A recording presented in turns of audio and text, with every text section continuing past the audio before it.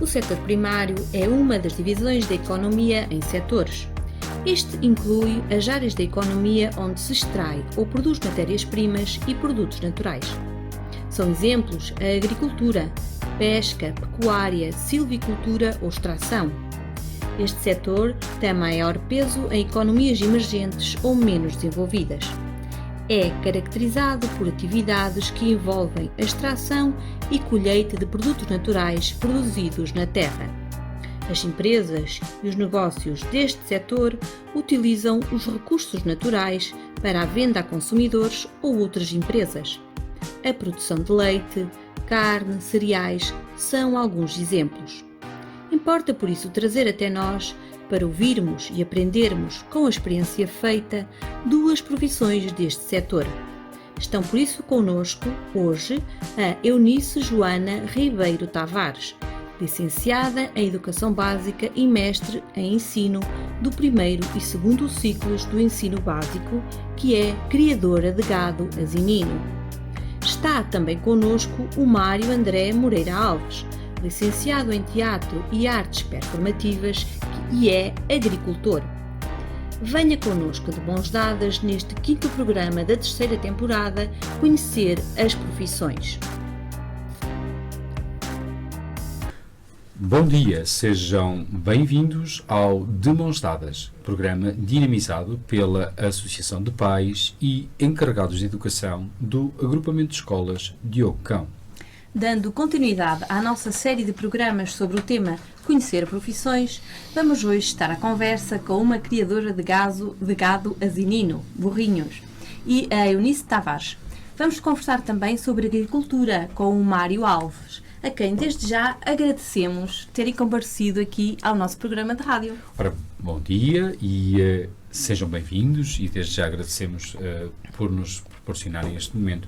Mas, antes de mais, gostaríamos que vocês se apresentassem aos nossos ouvintes, para eles saberem, para vos conhecerem um bocadinho melhor o que é que fazem, o que são, no fundo, o percurso que vocês, resumidamente, o percurso que vocês fizeram até chegarem aqui. Quem toma a iniciativa? Olá, bom dia. Mário?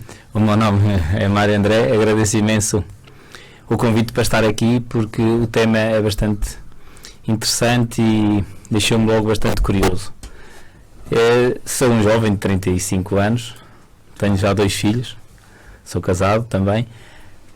A agricultura é uma coisa que está comigo desde pequenino, acompanhou-me no percurso desde que nasci, porque o meu pai e a minha mãe eram agricultores. Sempre vivi com a agricultura e sempre conciliei a agricultura com a vida que me rodeava. O meu percurso académico, estudei sempre, tive sempre muitas formações, muito interesse pela agricultura. O meu percurso académico levou-me para fora da agricultura, ou seja, a primeira formação que tive foi a nível de topografia, corri bastantes partes do país a trabalhar como topógrafo. O último sítio que tive foi no túnel do Marão, mas a agricultura esteve sempre presente, enquanto meus pais tiveram animais, esteve sempre presente.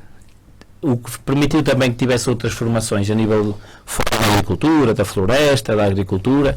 Sempre gostei muito de me tentar formar um bocadinho e não perder esse bichinho da agricultura, porque gostei sempre muito dos animais. Vem desde criança, então, não é? Posteriormente ainda tirei outra formação, que é com a qual estou a trabalhar agora, que é Teatro e Artes Performativas, aqui na UTAD, e consegui arranjar um lugar no Lar da Campeã. Neste momento sou animador lá do Lar da Campeã. Mas o meu pai, entretanto, já se reformou, já deixou de ter animais, mas eu nunca quis que os animais acabassem em casa, ou seja, mantive sempre os animais em casa, diversifiquei mais um bocadinho. O meu pai só tinha vacas e eu agora tenho umas ovelhas, tenho 2 vaquinhas, já tive uma cabra anã, tenho umas galinhas, e é mesmo para prazer. Neste momento não é monetário, é mesmo porque vivo numa casa que é uma quinta, e os meus filhos querem que cresçam um pouco a viver e a sentir a vida, a natureza, os animais como um todo e a essência que isso traz. Muito bem. Olá, bom dia a todos. Desde mais agradeço este convite para estar aqui hoje. O meu nome é então Eunice Tavares. A idade não se diz, mas neste caso eu vou dizer. tenho 29 anos, sou natural de Lamego, vivo desde 2010 em Vila Real, porque vim estudar na Universidade de Trás-os-Montes e Alto Douro.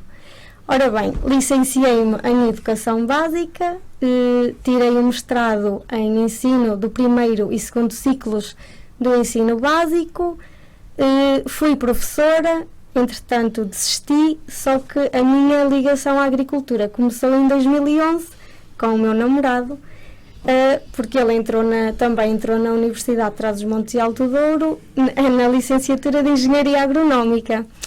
No ano de 2011 decidimos comprar uns burritos para nos ajudar a pagar as propinas e alguns custos que tínhamos associados à universidade.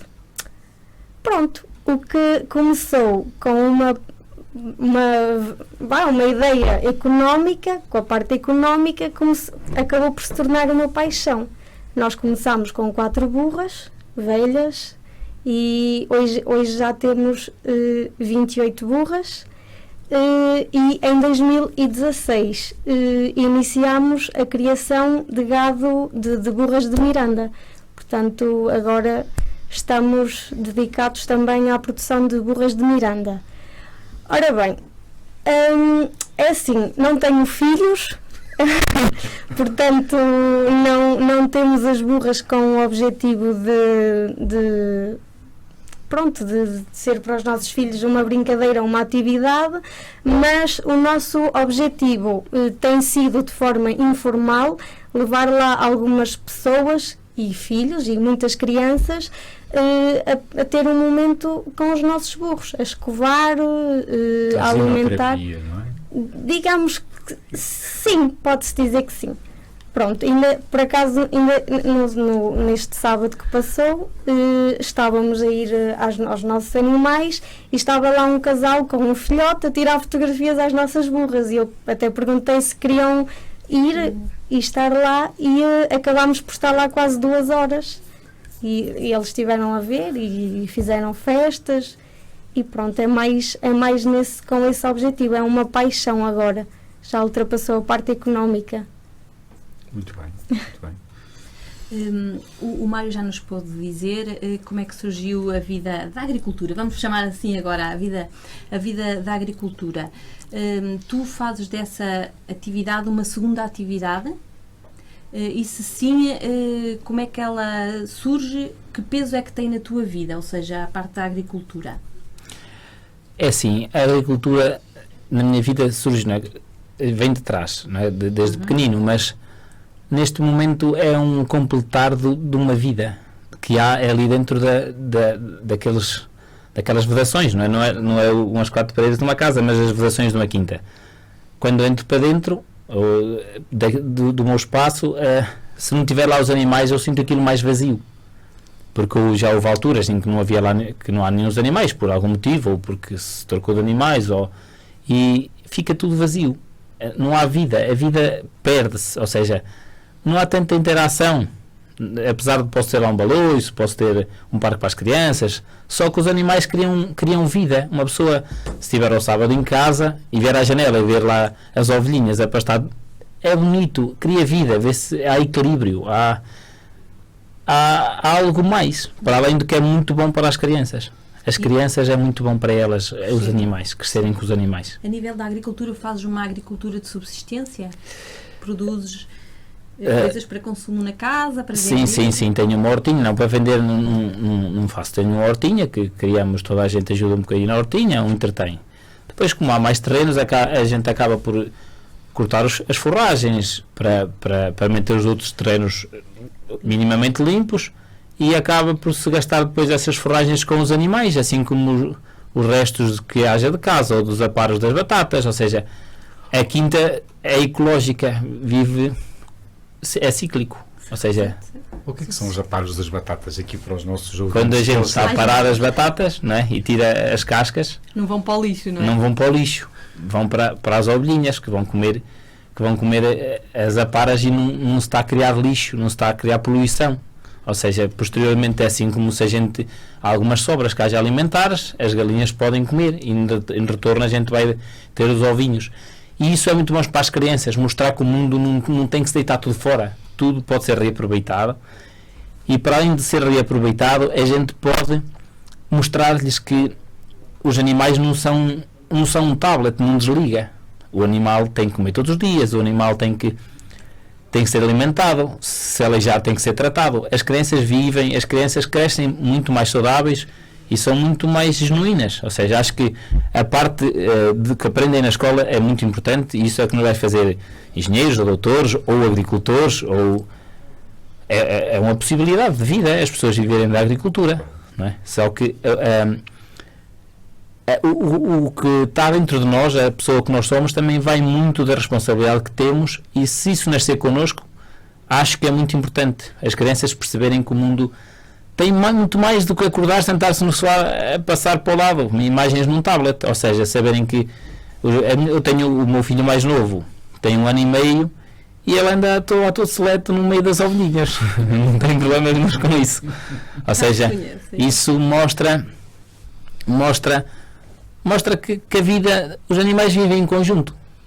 Em todos os lados em que estes são livres, eles vivem em conjunto. Nós, no fundo, podemos viver em harmonia com outros animais. Vocês, para terem animais, têm que fazer sementeiros, têm que fazer colheitas. Quais são as sementeiras e as colheitas que vocês fazem para conseguir, vamos por assim dizer, manter esse ecossistema que você tem lá em casa? Explica aqui aos nossos ouvintes, porque há muitos meninos que nos estão a ouvir até, inclusivamente agora, que podem até pensar que, por exemplo, o leite vem do supermercado, que as batatas também se encontram só no supermercado e por aí adiante. Então, quais são as sementes? Para ter este ecossistema tem que existir sementeiras, tem que existir colheitas. Quais são as que vocês fazem lá?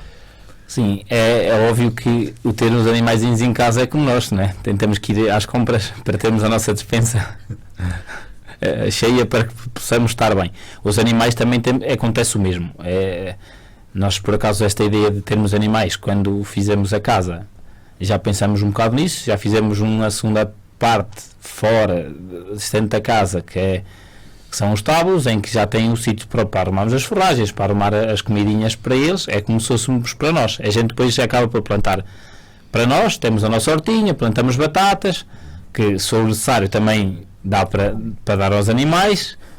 Temos, em regra, a gente planta milho, e basicamente é feno e milho. As forragens e o milho é o suficiente para manter os animais saudáveis.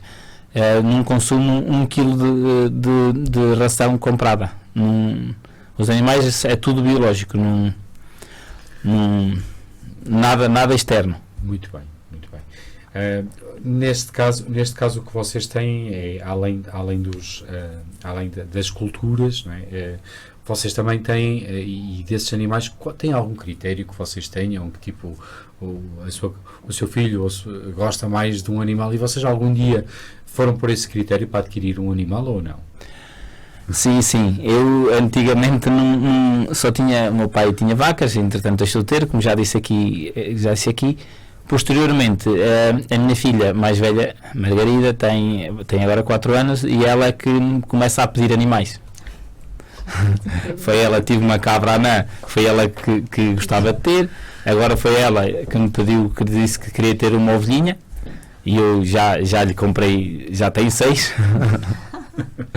Ou seja, eles gostam dos animais, eles gostam muito dos animais, tanto que é até bastante complicado quando às vezes os animais têm que ir embora por algum motivo, ou que já são velhos, ou que chegou a idade de terem que ir embora. É complicado porque a gente também não consegue manter os animais todos. A gente não pode dizer que os animais foram embora, ou que, né, a gente tem que dizer que foram para o hospital, ou que os animais ou seja, para que ela não perceba que os animais não podem todos que nascem ficar ali para toda a vida, não é? Ou seja, essa é a parte um bocado mais difícil da coisa, mas tudo tem prós e contras. Tudo tem prós e contras, mas os benefícios acho que são muito maiores do que os contras. Vamos falar aqui um bocadinho agora com a Eunice, e vamos falar um bocadinho então como é que surgiu esta primeira vez dos burrinhos velhinhos. Como é que... Olha, já há algum bichinho lá atrás também, como o Mário? Não, confesso que não. Eu não tinha ligação nenhuma à agricultura até conhecer o Manuel, que é o meu namorado. E o bichinho dos burros, não sei, surgiu por acaso, acho que por influência de um colega do Manuel. Que também tinha? Que também tinha, sim, já era criador. E surgiu mesmo com a ideia de, ok, nós vamos ter aqui 4 burrinhas e vamos conseguir pagar um bocadinho das despesas que nós temos com a universidade. O porquê das burras velhinhas? Vou-lhe ser franca. Na altura era... Pronto, na altura as burras novas eram um bocadinho mais caras, sim, e então as burras velhas foi a opção que tínhamos, e foram elas que nos ensinaram muitas das coisas que nós hoje sabemos e que também vamos passando a amigos nossos que também decidiram dedicar à produção de burros e outros animais. Mas então tu e o Mário, ou o Mário, Manuel, tinham o espaço físico, tinham nós, os lameiros, sim, nós tínhamos um espaço, sim, espaços do avô do Manuel e de alguns vizinhos que também, que já com a idade já não conseguiam ir mantendo os terrenos, e então era uma forma das pessoas lá da aldeia onde vivia o Manuel de irem tendo os terrenos limpos, ocupados e limpos, sim. E esclarece-nos só uma coisa um bocadinho atrás, e eu confesso que não sei. O gado asinino dá subsídios, como dão as vitelas, como dão as ovelhinhas? Podes-me explicar só um bocadinho para os ouvintes lá em casa? É assim, portanto, isso é mais a área do Manuel, mas sim, os burros dão subsídio até agora. Na nova PAC não sabemos o que é que vem aí, mas na PAC que está em vigor, sim, dão um subsídio. De igual forma às vaquinhas e às ovelhinhas, aos cavalinhos. Pode haver uma alteração nos valores, porque depende porque um subsídio, o pedido único é um conjunto de medidas e os burros validam algumas medidas e as vacas validam outras, as ovelhas também, mas sim, é uma ajuda ao agricultor. Sim. Por acaso agora trabalho nessa área. Deixei o ensino e agora sou técnica numa associação. Para fundos da agricultura, para criar projetos de agricultura. Exatamente, sim. E vocês aí nessa associação, os fundos para a agricultura, quais são como é que, para quem nos está a ouvir, como é que funciona esta questão dos fundos, como é que esta parte, como é que as pessoas podem, em que altura é que se candidatam, mais ou menos? Pois, é assim, é um bocado complicado explicar aqui tudo agora, mas resumidamente, sim. Os pequeninos também estão a ouvir, ou seja, têm que perceber que são eles que vão falar aos claro pais. Que sim. Primeiro, assim, há uma coisa muito importante e eu digo sempre, antes de ser ser um agricultor exige sermos pessoas informadas. Portanto, primeiro nós temos que ir a uma associação de agricultores e obter as informações iniciais. Geralmente o que nós aconselhamos aos nossos agricultores é fazer algumas formações que se enquadrem depois nas necessidades dos pedidos de ajuda. Geralmente as candidaturas ao subsídio fazem-se na atual PAC, no que está atualmente em vigor, faz-se de fevereiro. PAC é Programa de Apoio? Não. Política Agrícola Comum, PAC, okay. Exatamente. O que está em vigor até ao momento é fazer a candidatura ao pedido único, que são os subsídios que muitas vezes ouvimos falar, é de fevereiro a abril, mas a preparação dessa candidatura tem que ser sempre antes. Portanto, nós... Agora. Sim, exatamente, começar agora no mês de novembro a reunir as condições. Muito bem. Ora, o que vocês, todas estas atividades que vocês fazem, vocês entendem que pode ser são atividades que todas as famílias podiam comungar ou por viverem aqui na cidade, se poderiam também, era possível também aqui na cidade deslocarem-se e vivenciarem aquilo que vocês acham que é possível? Olha, esse é um dos nossos objetivos. Então. Nós gostávamos muito que as pessoas da cidade, quando nós tivermos as condições, que se pudessem dirigir ao nosso espaço e que pudessem passar bons momentos com os nossos animais. E também nós gostávamos muito de passar às outras pessoas o que é o burro, principalmente, os cuidados que eles exigem e de proporcionar assim um bom momento às pessoas, principalmente da cidade, que não têm tanto contacto com a agricultura e com os animais. Sim. Então vocês estão, um dia destes, vocês vão criar Sim, é o nosso objetivo. uma entidade, vamos por assim, Sim. que vai servir para Sim. que um urbanoide, não é? Que Sim. são aqueles que não conhecem o campo, Sim. possam ir até ao vosso espaço e vivenciar um bocadinho o que eram as atividades que se faziam Sim. antigamente na aldeia. Sim, Vamos por assim? sim, nós até já temos feito isso com a ajuda da AEPGA, que é a Associação de Estudo e Proteção do Gado Asinino. É em Miranda do Douro. Sim, que é em Miranda do Douro. É o Miguel que lá está. Era. Sim, nós ainda há um mês atrás, mais ou menos, levámos burros a Serralves, que é para as crianças terem contacto com a agricultura, e eu não pude estar presente na feira de outono, mas sei que fizeram muitas atividades ligadas à agricultura, portanto, e nós depois também queremos fazer isso aqui em Vila Real. Muito bem. Como é que se chega daqui a Serralves com burrinhos? Chega-se, como é que se chega? Como assim? Não, como é que vocês conseguiram chegar à entidade de Não, Serralves? foi através da Associação de Associação. Miranda, sim, da AEPGA, sim. Eu queria perceber um bocadinho, e se calhar lá em casa também, e voltando um bocadinho aqui às origens, como é que vocês passaram das 4 burrinhas, ou 2, como é que passaram depois para as 28? Fizeram criação? Sim, como é nós que- depois, assim, as primeiras, as que nos ensinaram tudo, infelizmente morreram, não é? Porque já eram realmente velhas, morreram fisicamente, porque nós ainda muitas vezes falamos nelas, sim, e temos fotografias delas e fazemos questão de nos lembrar que foram elas que nos ajudaram a chegar ao dia 2. Entretanto, nós fomos comprando umas fêmeas mais jovens e elas foram fazendo criação e basicamente toda Fizeram a... inseminação artificial? Ou Não, foi mesmo? só o ano passado é que fizemos um estudo com a Universidade de Trás-os-Montes e inseminámos 3 burras e conseguimos ter crias. A inseminação foi bem sucedida, mas nós temos o macho reprodutor, cobertor. sim, que é o Imperador. Já agora todos os burros têm nome, Espetacular. atenção. E ele é que vai, nós vamos cobrindo as burras. Já agora a gestação da burra demora 1 ano, é muito tempo, e vamos tendo as nossas crias, é assim que fazemos.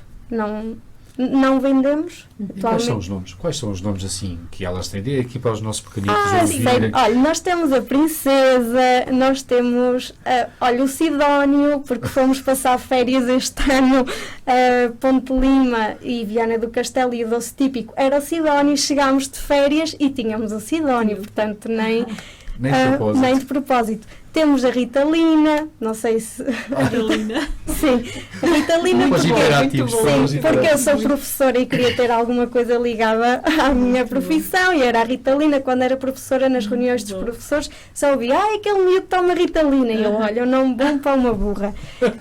Temos a Geraldina, temos a Hélia, o Imperador, o Tonico, são muitos nomes.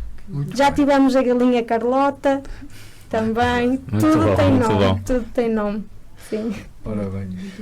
Olha, aqui ao Mário, segundo, vocês fazem, por assim dizer, uma agricultura, vamos por assim, biológica e sustentável. Pode explicar o que é que vocês entendem assim, segundo o seu ponto de vista pessoal? O que é para si uma agricultura biológica e sustentável, aquilo que você faz lá na sua quinta? Aqui para os nossos pequenitos, para também poderem perceber. Sim, eu como a minha fonte de rendimento é outra, não é a agricultura, mas isso não invalida toda a gente podia fazer um pouco assim, porque se calhar não baixa tanto os lucros como as pessoas pensam. Mesmo quem trabalha para ter lucros, se calhar não baixa tanto os lucros quanto isso, as pessoas adotarem uma agricultura mais limpa, mais biológica. Ou seja, eu todos os produtos que produzo, eu não uso herbicidas, não uso adubos, não uso nada. O único gasto que eu faço a nível de produtos que não são regenerados é mesmo o gasóleo dos tratores, que uso no mínimo, tento usar ao mínimo, porque é para não poluir. Ou seja, a gente planta batatas todas sem adubo, não uso herbicidas, usamos os turnos, usamos as compostagens, os turnos dos animais, ou seja, aqui aos nossos ouvintes, aos pequenotes, que eles não sabem o que é o estrume. O que é o estrume? Sim, então os animais, quando estamos na loja, os animais vão criando dejetos, vão criando, e a gente vai colocando feno, fazem cocó e xixi, e a gente vai colocando feno e outros produtos secos para que eles estejam muito, muito confortáveis, para que a cama deles esteja limpinha e saudável. Ao fim do ano é preciso retirar esse material, que é o estrume, e a gente coloca nos terrenos, que depois vai lavrar e vai fresar para voltar a semear. Ou seja, assim como a gente dá às galinhas os restinhos da comida, elas não dão os ovinhos, o terreno é igual. A gente dá-lhes os restos, o estrume dos animais, e eles voltam-nos a dar batatas novas, voltam-nos a dar milho novo, voltam-nos a dar produtos de alta qualidade, sem estarmos a poluir. Porque essa ideia da poluição dos animais é uma ideia um pouco errada, porque assim, a agricultura intensiva vai criar problemas, mas não é só a agricultura, a criação de vacas, nem a criação de ovelhas, nem de outros animais, porque a agricultura da criação de soja ou da criação de outro qualquer produto vai também ser poluente, porque se usam, desde que seja intensiva, porque se vai usar muitos herbicidas, vai-se usar, as máquinas vão trabalhar intensivamente, vão gastar milhões de litros de gasóleo, pneus, máquinas, óleos. A poluição está aí, está em todo lado. Aqui, desta forma, a poluição é muito menor. É verdade que também utilizo o trator e não lavo tudo à mão, mas diminui o gasto, a poluição para muito menos, porque o animal anda livre no campo, anda a pastar, só à noite é que vai para o estábulo, come o feno, ou come milho que foi criado também, que a terra deu, que foi criado através dos estrumes que eram deles. É um ecossistema que é cíclico. Mas a agricultura na Campiã e no Val, à volta, no Val da Campiã, é muito assim. A agricultura, os terrenos dão de volta o que se lhe dá. A agricultura, os terrenos são férteis. Ou seja, para mim, no meu ponto de vista, ali a agricultura não é poluente, porque as vacas andam nos campos, não estão completamente fechadas.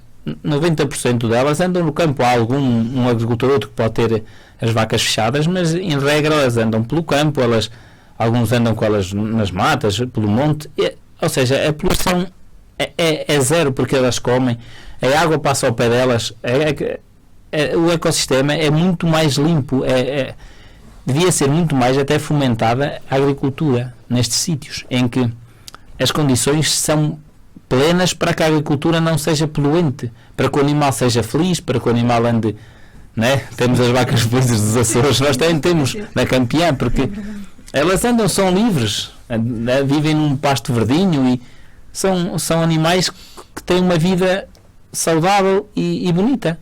Muito bem. Aqui nós estamos a procurar, e é verdade, e cada vez mais, quando falamos de economia circular, e falamos também de os bens alimentares que viajam milhares de quilómetros, não é? São produzidos intensivamente e depois viajam milhares de quilómetros, têm aquele gasto poluente que tudo, e é uma pegada de carbono que é muito grande, embora eles sejam muito baratos, têm um impacto muito grande.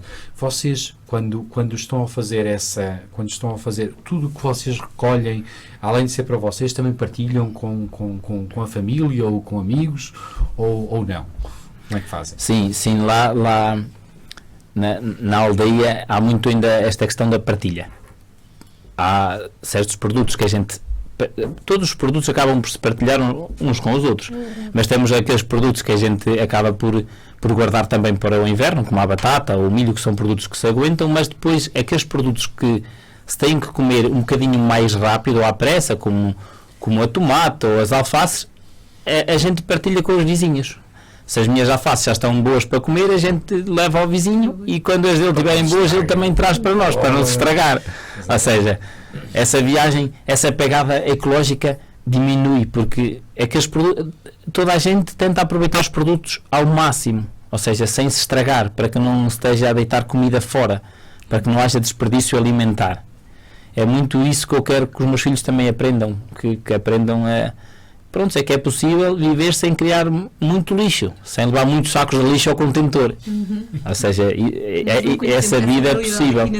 Pois, sim, na cidade é difícil, mas na aldeia ainda é possível, ou seja, as pessoas ainda devem aprender a fazer isso e desfrutar, porque se no fundo depois desfruta-se um estilo de vida diferente. Exatamente. Muito bem. mais saudável, mais feliz. Sim. Também.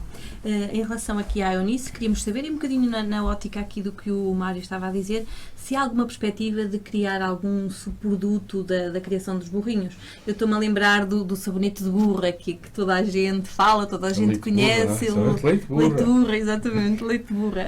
Confesso que nós já vendemos leite de burra, mas neste momento somos contra.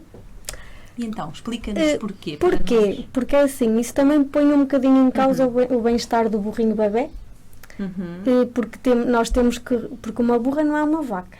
Uma burra, no máximo, dá uma garrafinha de Compal, daquelas pequeninas, 250 mililitros. Portanto, nós para conseguirmos tirar o leite à burra, nós tínhamos que retirar a cria. Quando fizemos isso, só o fizemos quando a cria já se alimentava. Portanto, e o excedente, o que ele não mamava, no caso foi até a nossa princesa, nós íamos de manhã e à noite, tirávamos um bocadinho de leite para venda. No entanto, achámos, pelo menos à entidade com quem nós vendíamos o leite, achávamos que a quantidade de leite em cada sabão era insignificante, exatamente, porque um bocadinho dava para não sei quantos lotes. Então não consideramos continuar a alimentar um mercado de moda. A moda agora vender sabonetes de burra e toca a enganar. Sim, de leite de burra, exatamente, e toca a andar a enganar as pessoas com um bocadinho de nada, que aquilo nem faz absolutamente nada. Portanto, até termos... É um marketing. Sim, é um marketing, exatamente. Os sabões, os sabonetes que tínhamos lá em casa, e fica aqui o desafio lá para casa. Exatamente. Consultar a composição, porque de facto eu não tinha essa ideia. Achava que aquilo era maioritariamente leite de burra. Mas não. Pelo menos à empresa que nós fornecíamos, não. Era uma quantidade mesmo mínima. Pois. Agora vou-vos fazer uma questão que é um bocadinho mais difícil. Pronto. Quais foram as principais dificuldades que vocês encontraram quando tomaram essa decisão? Quais foram assim os desafios maiores que vocês tiveram que ultrapassar? Partilhem aqui um bocadinho connosco e com os nossos ouvintes. Para mim foi o desafio social. Então. Ou seja, todas as minhas colegas, amigas e até família não encararam muito bem o facto de eu ser produtora de burros. Achavam que isso era uma tolice. E, no entanto, cá estou eu. Continuo cada vez com mais burros e feliz da vida. Eu já não me imagino sem burros. Essa foi uma dificuldade. Outra dificuldade foi... Mas seria, desculpa só, por desconhecimento de como é que as coisas se processavam? Porquê é que será que existiu essa... Pela ideia negativa que as pessoas têm associada a um burro. Quem não conhece um burro não sabe. Um burro tem sentimentos. Isso é muito bom. Nós, por mais tempo que estejamos sem ir aos nossos burros, eles conhecem sempre o nosso assobio, o trabalhar do nosso carro. Isso já é muito bom. Ninguém diria que um burro fazia isso. E os nossos fazem isso e até muito mais. Eu já tive uma burra que me defendeu de um cão que me ia atacar. Isso foi incrível. Sim. Por isso... E que outras dificuldades é que tiveram nisso mais? Tratamentos. Não, até 2011, peço desculpa, não havia ninguém que fizesse tratamento aos burros. Portanto, nós fomos os primeiros a lançar, digamos, os primeiros, pelo menos, que nós tínhamos conhecimento, a lançar o desafio aos médicos veterinários para nos conseguirem arranjar alguns medicamentos para os nossos burros, nomeadamente vacinas. Os nossos burros tomam vacinas, os nossos burros vão ao dentista, sim. Aparam os calços. Sim, vão tratar das unhas, não põem gel, mas não é? Não pintam, mas sim 2 vezes por ano, tem que ter esses cuidados todos. Isso foi a maior dificuldade. E vocês aqui no ferrador Sim, neste momento já temos o ferrador, já temos o veterinário, mas até chegarmos lá foi um bocadinho difícil, porque realmente não havia nada, havia um desconhecimento muito grande. Muito bem. São artes que se perdem-se as artes. É verdade. E o número Às vezes, Mário, o que acontece é que tudo tem um sentido de oportunidade. Exato. E tem uma altura certa para aparecer. Mário, quais foram as principais dificuldades que você enfrentou quando tomou consciência de que, não, este caminho é este caminho que eu quero seguir? Quais foram as principais dificuldades com que você se deparou? Tinha um ideal? Tinha um caminho? Quais foram as principais dificuldades? Não, é verdade que a dificuldade social pode estar presente. A mim não me faz nenhuma diferença, mas há sempre aquela pessoa, és maluca, então lá vais pôr uns animais ao pé de casa, isso depois cheira mal, isso, e depois é sujo, há muitas pessoas que acham os animais, ou a sujidade dos animais, uma coisa má. Cria-se um bocado esse preconceito na sociedade, de que os animais são sujos, que os animais são porcos, mas não, os animais são seres que são carinhosos, como ela acabou de dizer, que conhecem o dono, que são meigos e que são como nós. É normal que eles têm que sujar, mas são coisas naturais, são coisas que não poluem, que não fazem mal. Ou seja, esse preconceito está bastante enraizado e é esperar que passe, ou que era bom que houvesse mais programas como este para que as pessoas perdessem esse preconceito e percebessem que os animais maiores, de maior ou grande porte, são como um gato que tem em casa. Um gato também faz cocó, também faz xixi, sujos se faz, arranhos se faz, não é? E as pessoas gostam do gatinho e gostam do cão, têm que vir passear o cão cá fora. Os animais de grande porte são iguais. Os animais têm que ter o sítio deles, têm que ter o sítio onde vão fazer as suas necessidades, têm que ter os seus tratamentos. Mas são igualmente amigos, são igualmente carinhosos e criam igualmente vida. Vida. Já percebemos aqui, assim, ao longo desta entrevista, que tem, nomeadamente aqui a Eunice, algum propósito de partilhar, e agora vamos falar um bocadinho nos alunos e nas escolas. Como é que o Mário e a Eunice podem ou pensam num futuro próximo ou até um bocadinho mais longínquo dinamizar esta vossa prática de vida e transformá-la, passá-la para os nossos alunos, para as nossas escolas? Como é que isso pode ser possível? Eu acho que, Eu acho que através de visitas de estudo e até, quem sabe, um dia levar uma burrinha à escola, porque não? Eu acho que estão disponíveis para, eventualmente, a Associação de Pais ou até a escola contactarem convosco e levarem uma turma ou duas, ou sem dúvida. Poder haver aqui um dia diferente, uma manhã diferente e completamente enriquecedora. É o nosso objetivo. Sim. Nós gostávamos muito que as camadas mais jovens que se interessassem cada vez mais pela criação de burros, de outros animais e também pela agricultura, porque na realidade é muito difícil encontrar pessoas jovens na agricultura e esse também é um dos maiores desafios, acho eu. Nós, se pensarmos bem, a agricultura faz-se numa faixa etária mais avançada. E eu acho que se os jovens começarem também a optar pela agricultura, acho que é muito bom para todos, porque todos conseguimos aprender uns com os outros. Isso é muito bom. Isso também faz-se trazendo as crianças ao nosso meio. E por que não? Estamos já de olho. Sim, eu acho que as escolas podem e devem partilhar mais visitas de estudo pelas aldeias, em épocas específicas, como o outono. O outono é uma época lindíssima para visitar as aldeias, para visitar a montanha. A montanha tem muito que dar no outono. No outono é possível fazer, eu faço muitas refeições em casa, em que se consegue fazer uma refeição sem usar um único produto que não foi tirado da volta da nossa casa. É o mês das colheitas. Temos os cogumelos, temos as castanhas.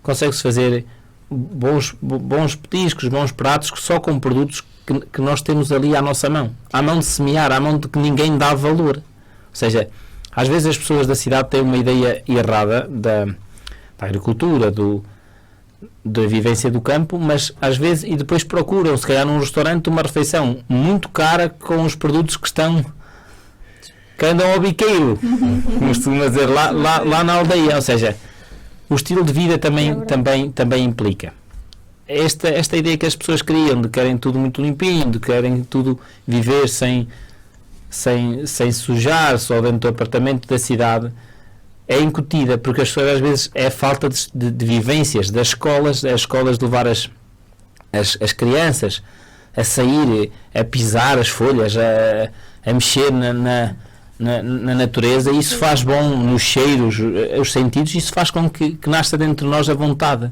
As pessoas da aldeia, se perguntarem, todos gostam. Porquê? Porque nasceram ali, sentiram aqueles cheiros todos os anos, as vivências, os passeios pela floresta, e está dentro de nós, ou seja, por isso é que as pessoas gostam de lá estar, as pessoas da aldeia gostam de viver isso.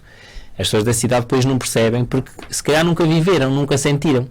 Se calhar acham, é horrível viver no campo, porque eu vou sujar os pés e depois chove, e depois, né? E isso pode ser porque nunca viveram. Se as escolas levassem, encaminhassem também mais as crianças para esse sentido, do sentir, do viver, se calhar também podíamos voltar mais às nossas raízes.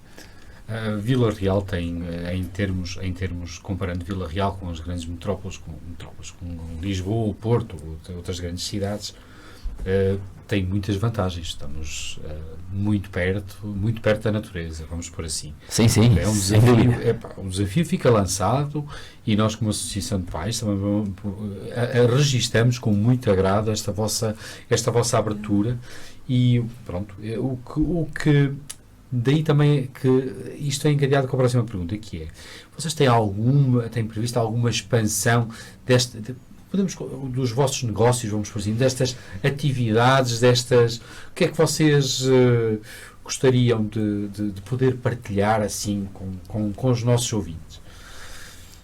Mário. É assim, gosto, a vida traz muitas surpresas, e a vida é difícil de dizer ou de fazer o que a gente gostava de fazer, não é? Sim. Mas a nível pessoal, sempre gostei, desde pequenino, nasci muito na agricultura e sempre gostei muito dos animais. E esta parte que eles têm começado, as visitas, foi uma coisa que sempre também me fascina bastante. Não tenho ainda condições, nem sequer para seguir, mas gostava muito. É uma ideia que já surgiu, um bichinho que já surgiu cá dentro, muitas vezes, de criar um sítio, tipo uma quinta pedagógica, um sítio mais abrangente, bem criado para